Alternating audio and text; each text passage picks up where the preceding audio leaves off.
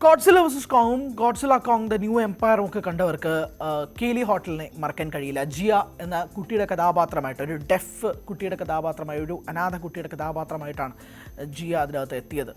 കുട്ടി മരണപ്പെട്ടിരിക്കുന്നു എന്നുള്ളത് തന്നെയാണ്. ആ മരണം ഒട്ടും എക്സ്പെക്റ്റ് ചെയ്യാത്ത ഒരു വാർത്തയായി പോയി. പ്രത്യേകിച്ച് ഒരു കാർ ആക്സിഡൻ്റാണ്. മേരിലാൻഡിലെ ഫ്രെഡറിക്കിൽ വെച്ചിട്ടാണ് ഈ ആക്സിഡൻറ്റ് നടക്കുന്നത്.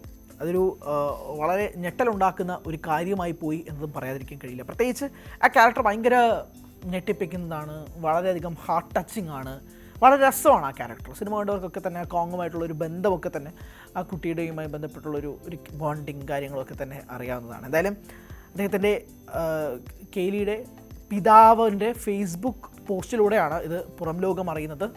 ഇൻ്റർനാഷണൽ മീഡിയയിലൊക്കെ തന്നെ പ്രധാനപ്പെട്ട എൻ്റർടൈൻമെൻറ്റ് വാർത്തയായിട്ട് മാറിയിട്ടുണ്ട്. എൻ്റർടൈൻമെൻറ്റ് ന്യൂസിൽ ഒരു പ്രധാനപ്പെട്ട വാർത്തയായിട്ട് മാറുകയും ചെയ്തിട്ടുണ്ട്. പ്രത്യേകിച്ച് ഡെഫ്, അതായത് ചെവി കേൾക്കാൻ കഴിയാത്ത കുട്ടികൾക്ക് സിനിമയിൽ അവസരം കിട്ടുക എന്ന് പറയുന്നത് വളരെ പാടുപെട്ടൊരു കാര്യമാണ്. അതായത് നിങ്ങൾക്ക് ചെവി കേൾക്കാൻ കഴിയില്ല, കണ്ണ് കാണാൻ കഴിയില്ല, അല്ലെങ്കിൽ നിങ്ങൾക്ക് എന്തെങ്കിലും ശാരീരികമായ പരിമിതികൾ ഉണ്ടെങ്കിൽ അങ്ങനെ സിനിമകളിൽ അവസരം കിട്ടുക എന്ന് പറയുന്നത് വലിയ പാടുപെട്ട കാര്യമാണ്. അവിടെയാണ് ജിയ എക്സെപ്ഷണൽ ആകുന്നത്. ചെയ്തു എന്ന് പറഞ്ഞാൽ പോരാ, എക്സെപ്ഷണൽ ആകുന്നത്. കഥാപാത്രം വളരെയധികം ടോക്റ്റായി പോയി. ആ സിനിമ ഓടാനും അത് പല ആളുകളിലേക്ക് ആ സിനിമ ഇറങ്ങിച്ചെല്ലാനും അവർക്ക് കണക്ട് ചെയ്യാനും കഴിഞ്ഞത് ഏറ്റവും പ്രധാനപ്പെട്ട ഒരു ക്യാരക്ടറായിട്ടും കൂടിയാണ് ജിയയുടെ കഥാപാത്രം മാറുകയും. ജിയ എന്ന കഥാപാത്രം നെഞ്ചോട് ചേർത്ത് വെച്ചിരിക്കുന്നുണ്ടായിരുന്നു ആളുകൾ. അവരിലേക്കാണ് ഇത് പോകുന്നത്. എന്തായാലും ജിയയുടെ മരണം വളരെ ഞെട്ടലുണ്ടാക്കുന്ന കാര്യമാണ്. റെബേക്ക ഹാളിനൊപ്പമാണ് ജിയ കഥാപാത്രം ചെയ്തത്. അഡോപ്റ്റഡ് മദറായിട്ടാണ് റെബേക്ക ഹാൾ ഈ സിനിമയിൽ വരുന്നത്. റെബേക്ക ഹാളുടെ ഇൻസ്റ്റാഗ്രാം പോസ്റ്റും കൂടെ വന്നിരുന്നു. ഡെവാസ്റ്റേറ്റഡ് ടു ഹിയർ ദ ന്യൂസ് എന്ന് പറഞ്ഞുകൊണ്ടാണ് അവർ പോസ്റ്റ് ഇട്ടേക്കുന്നത്. My heart goes out for the family, you will be missed കെയിൽ എന്ന് പറഞ്ഞുകൊണ്ടാണ് ആ പോസ്റ്റ് ഇട്ടിരിക്കുന്നത്. പല ആളുകൾ ഉൾപ്പെടെ കെയിലിൻ്റെ ഈ ഒരു മരണ വാർത്തയുമായി ബന്ധപ്പെട്ട് പോസ്റ്റ് ചെയ്തിട്ടുണ്ട്. അതോടൊപ്പം തന്നെ കെയിൽ പറഞ്ഞൊരു വാചകം, മുന്നേ ഒരു അഭിമുഖത്തിൽ പറഞ്ഞൊരു വാചകം ഇങ്ങനെയാണ്: I think some people see ASL and deafness as a barrier or a gift, but it's just a language and deaf is just deaf. അത് വളരെ സ്ട്രോങ് സ്റ്റേറ്റ്മെൻറ്റാണ്. ചെവി കേൾക്കാൻ കഴിയില്ല എന്ന് പറയുമ്പോൾ പലരും പരിമിതിയായിട്ട് കാണാറുണ്ട്. It's just a language. അതാണ് ഇവിടെ കെയിൽ ഒരു മുന്നത്തെ അഭിമുഖത്തിൽ പറയുന്നുണ്ട്. We can do many things, not just here. We need more deaf actress and crew in the industry for people to see and normalise it. അവിടെയാണ് ഞാൻ പറഞ്ഞ ആദ്യത്തെ സ്റ്റേറ്റ്മെൻറ്റിന് ഒരു പ്രാധാന്യം വരുന്നത്. ഇതൊരു നോർമലൈസിങ് ആയിട്ടുള്ളൊരു കാര്യമായിട്ട് പലർക്കും തോന്നിയിട്ടില്ല. ഇപ്പോഴും അതൊരു പരിമിതിയാണ്. കാഴ്ചക്കുറവായാലും കേൾവിക്കുറവായാലും അയ്യോ എന്ന് പറഞ്ഞൊരു സിമ്പതി ഉൾപ്പെടെ അവർക്ക് ഈ റോള് ക്യാരി ചെയ്യാൻ കഴിയുമോ എന്നുൾപ്പെടെയുള്ള തോന്നലുകൾ പല ആളുകൾക്കിടയിലും വന്നിട്ടുണ്ട്.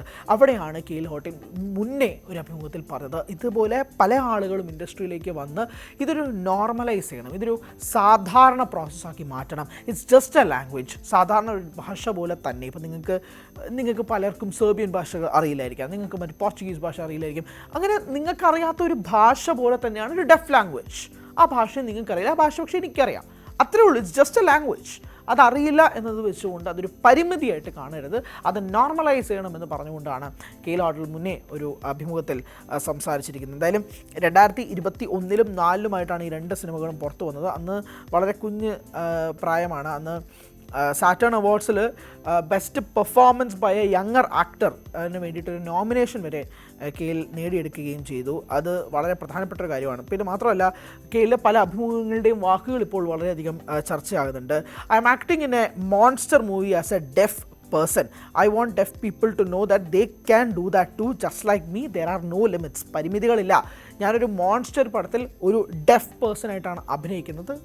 കെയിൽ ഹോട്ടൽ ഒരു ഡെഫ് പേഴ്സൺ ആണ്, കഥാപാത്രവും അങ്ങനെ തന്നെയാണ്. അതൊരു പരിമിതികളില്ലാതെ തന്നെ എല്ലാവർക്കും ചെയ്യാൻ കഴിയുന്ന ഒരു കഥാപാത്രമായിട്ട് ഇത് മാറുകയും ഒരു ഇൻസ്പിറേഷനായിട്ട് കെയിൽ ഹോട്ടൽ മാറുകയും ചെയ്തു പലർക്കും. അതായത് ഈ സിനിമാ മേഖലയിലേക്ക് എത്തിപ്പെടാൻ കഴിയുന്ന ഇതുപോലെ ശാരീരികമായ ചില പരിമിതികളുള്ളവർക്ക് സിനിമാ മേഖല വിദൂരമാണെന്ന് കരുതുന്ന ഒരുപാട് ആളുകളുടെ മുന്നിലേക്കാണ് കെയിൽ ഹോട്ടൽ പോലൊരു വ്യക്തിക്ക് അവരവരുടെ കഴിവ് കൊണ്ട്, ആ കൊച്ചുമിടുക്കി കഴിവ് കൊണ്ട് മുന്നോട്ട് വന്നത്. അതുകൊണ്ടാണിത് ഏറ്റവും കൂടുതൽ ചർച്ചാ വിഷയമായി മാറുകയും ചെയ്യുന്നത് എന്നുള്ളതാണ്. എന്തായാലും പല താരങ്ങളും കെയിലിൻ്റെ കൂടെ അഭിനയിച്ച പല താരങ്ങളും സോഷ്യൽ മീഡിയയിലൊക്കെ പോസ്റ്റുകളുമായി രംഗത്തെത്തിയിട്ടുണ്ട്. എന്ത് തന്നെയായാലും പല കമേഴ്ഷ്യൽസിലും ഒക്കെ തന്നെ അഭിനയിച്ചിട്ടുണ്ട് കെയിൽ ഹോട്ടൽ. പക്ഷേ ഇത് വളരെ ഞെട്ടിപ്പിക്കുന്നൊരു വാർത്തയായി പോയി. ഒരു കുഞ്ഞുകുട്ടി പല രീതിയിലും സിനിമാ മേഖലയിൽ ഇനിയും എക്സ്പ്ലോർ ചെയ്യുമെന്ന് കരുതപ്പെട്ടിരുന്നൊരു കുട്ടിയാണ്.